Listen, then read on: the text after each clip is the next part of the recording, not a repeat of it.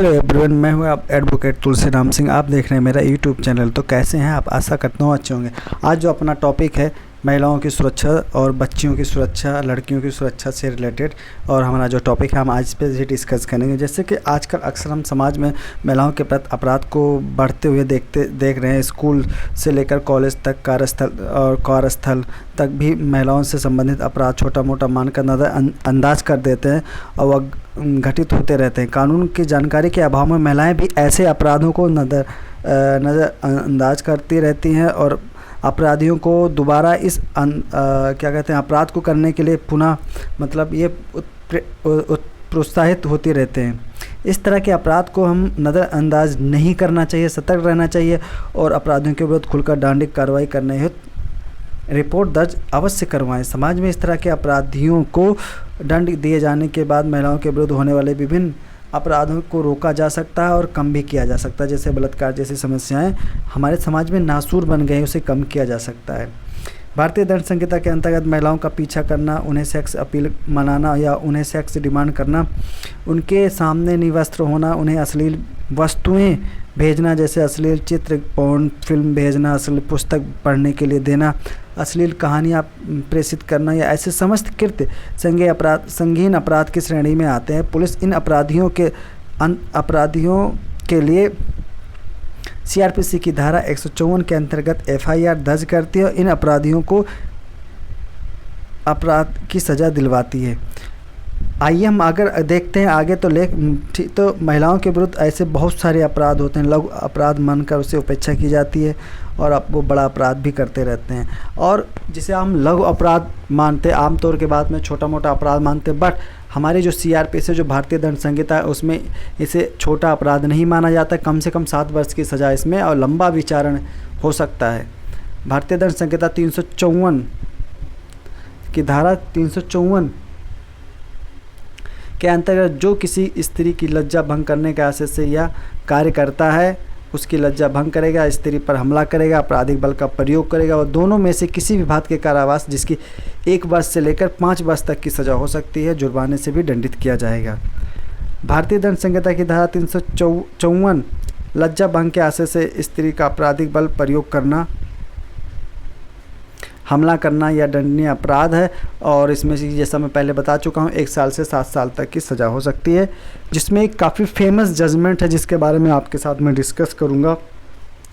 परमोश सिंह बनाम state of Jammu Kashmir एक मामला। इसमें अभियुक्त रीता कुमारी नामक एक 9 वर्ष की बालिका के साथ बलात्कार करने का आरोप था, लेकिन चिकित्सा एवं अन्य साक्ष्य में कमी पाने के कारण की वजह से कहीं भी शरीर में कहीं क्षति ना होने की वजह से इसे बलात्कार ना मानकर स्त्री की लज्जा भंग का मामला माना गया और विचारण किया गया। इसमें अपराधी को सजा भी दिया क्योंकि पुराना मामला है। इसमें मामले में किसी बालिका के उसमें ऐसा कोई भी चीज़ें नहीं मिली। आइए हम अगर आगे देखते हैं तो एक काफ़ी लैंडमार्क जजमेंट है पंजाब राज्य का। श्रीमती रूपम देवल बजाज बनाम KPS गिल का मामला 1996 उच्चतम न्यायालय ने धारा 354 के अंतर्गत चलने वाला यह प्रकरण सर्वाधिक प्रसिद्ध है प्रकरण माना गया है। इस प्रकरण में स्त्री की लज्जा भंग के संबंध में श्रीमती रूपल देवल बजाज पंजाब कैडर की एक IAS अधिकारी हैं। घटना के समय वो पंजाब के फाइनेंस डिपार्टमेंट में विशेष सचिव के पद पर कार्यरत थी। दिनांक 18 जुलाई 1988 को वह SL कपूर के यहाँ एक दावत में गई थी। उस दावत में पंजाब सरकार के कई वरिष्ठ महत्वपूर्ण अधिकारी भी थे। दावत में पंजाब पुलिस के महानिदेशक KPS गिल भी आमंत्रित थे। देवल का कहना था कि रात्रि के 10 बजे होंगे। KPS गिल ने उन्हें अपने पास आकर बैठने को कहा, फिर उठने को कहा। जब वह उठी तो गिल उनके कुल्हे पर पुट्ठे पर हाथ मारा। देवल को यह बहुत बुरा लगा। उन्होंने गिल के विरुद्ध 29 जुलाई 1988 को भारतीय दंड संहिता की धारा 341, 342, 352, 354 और 509 के अंतर्गत प्रथम सूचना रिपोर्ट दर्ज कराई। इस मामले में जब गिल के विरुद्ध कोई प्रभावी कार्रवाई होने की संभावना नहीं लगी तो देवल ने उच्चतम न्यायालय में दस्तक दी। उच्चतम न्यायालय ने मामले के तत्वों को दृष्टिगत रखते हुए गिल के विरुद्ध भारतीय दंड संहिता की धारा 354A और 509 के अंतर्गत प्रथम दृष्टया मामला बनना पाया तब मजिस्ट्रेट को संज्ञान लेकर विचारण करने का निर्देश दिया। इस मामले में केपीएस गिल को 3 माह का कारावास हुआ तथा 17 वर्ष का लंबा विचारण झेलना पड़ा। अब धारा 354 पर एसपी मलिक बनाम स्टेट ऑफ उड़ीसा का एक महत्वपूर्ण मामला है। इस मामले में निर्धारित किया गया किसी महिला के पेट पर हाथ रख देना मात्र को धारा 354 के अंतर्गत लज्जा का भंग नहीं माना जा सकता। लज्जा भंग करने का आशय भी होना आवश्यक है।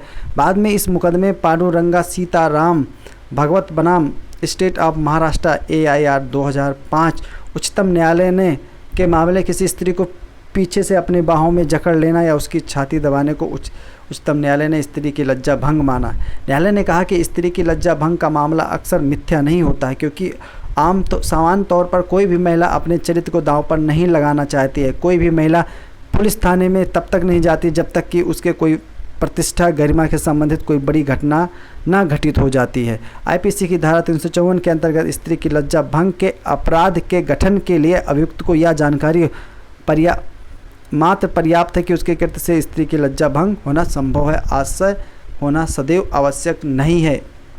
यह ही नहीं इसका एकमात्र मापदंड है। कोई ऐसा कृत्य जिससे यह संभव हो कि स्त्री की लज्जा भंग होगी वह धारा 354 के अंतर्गत अपराध का गठन कर देता है। किसी महिला को खींचना, उसके साथ लैंगिक संभोग करने के आशय से कपड़े उतार देना स्त्री की लज्जा भंग का अपराध है। अमन कुमार बनाम स्टेट ऑफ हरियाणा AIR 2004 में उच्चतम न्यायालय ने किसी महिला की छाती से उसका दुपट्टा या साड़ी हटा देना भी लज्जा भंग का मामला माना जाएगा।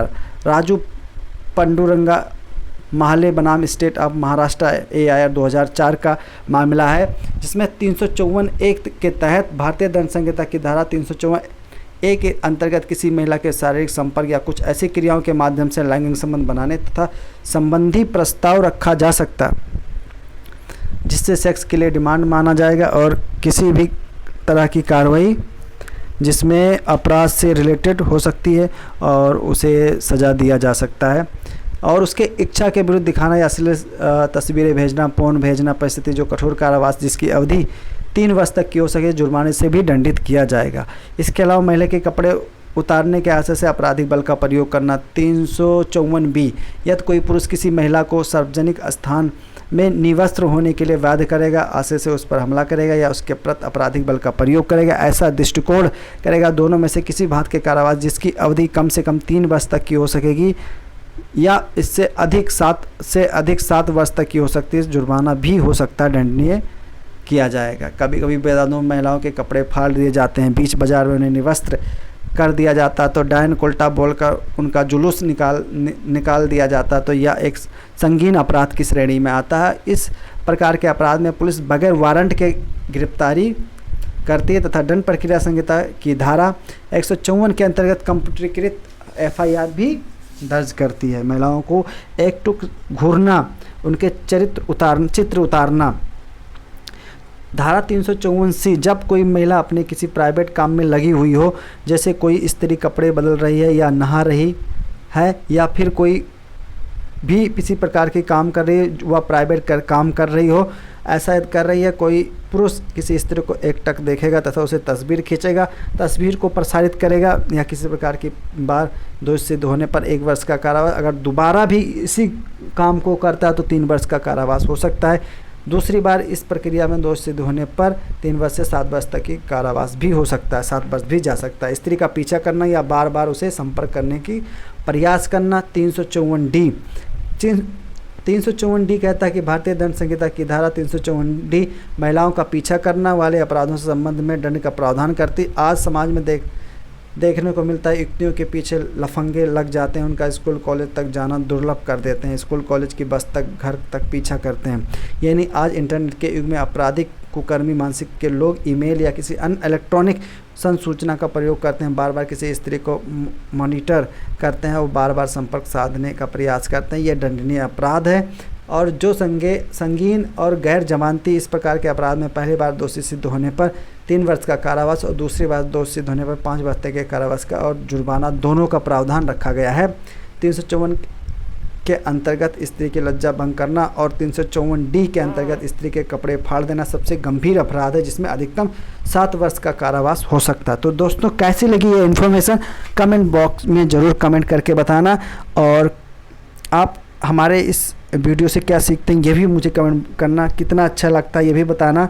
और मेरी कोशिश ये रहेगी कि आप तक जो लीगल या लॉ से टॉपिक से रिलेटेड अवेयरनेस है वो आप तक पहुंचाया जाए, आपको जागरूक बनाया जाए, ताकि किसी महिला या किसी भी बेटी का क्या कहते हैं शोषण ना हो सके। ये हमारा पर्पज़ होता है। आपको कैसी लगी वीडियो कमेंट बॉक्स में कमेंट करना। अगर आपका कोई सवाल है तो आप अपने सवाल को प्राइवेट करना चाहते हैं वैसे कमेंट भी कर सकते हैं। प्राइवेट करना चाहते हो तो आप मेरी ईमेल यूट्यूब प्रोफाइल पे आके वहाँ पे आप मुझे ईमेल कर सकते हैं। वहाँ पे आपको मेरी ईमेल आईडी मिल जाएगी, वहाँ पे आप मेल कर सकते हैं और मैं आपको सीक्रेटली जवाब दे दूँगा। दोस्तों फिर मिलूँगा एक नई वीडियो के साथ, तब तक के लिए जय हिंद।